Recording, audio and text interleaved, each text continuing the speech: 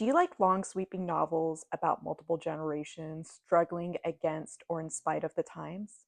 In honor of Pachinko, I have 5 other thick novels from around the world that allows me to feel cultured and worldly and sad. Starting off in the United States, California, we have East of Eden. In my opinion, this is Steinbeck's best work. This is going to be a story that follows 2 families, the Trasks and the Hamiltons. A Fine Balance takes place in India during the 1970s and the 1980s. Of the books on the list, this is the one that devastated me the most and makes me cry the most each time I've read it. Anna, that name, this book was destroyed by my toddler, but I have probably reread this book the most on the list. It is a very famous Russian novel about families and happiness. This is the most recent novel that I finished in this group. This is going to be about Japan's annexation of Korea.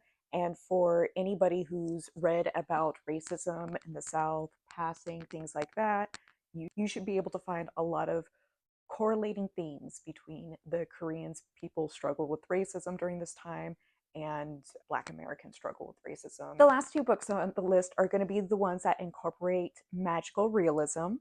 Our Share Night is the book that was most recently published. This book is going to take place in Argentina and covers the Dirty War.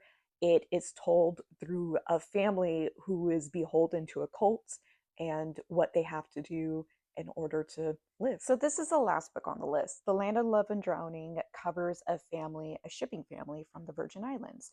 It is the shortest book on the list, but I promise you that the print is still pretty small, so you feel just as cultured, just as worldly, just as smart as all the other books you read. What fictional family drama has you wrapped up for days?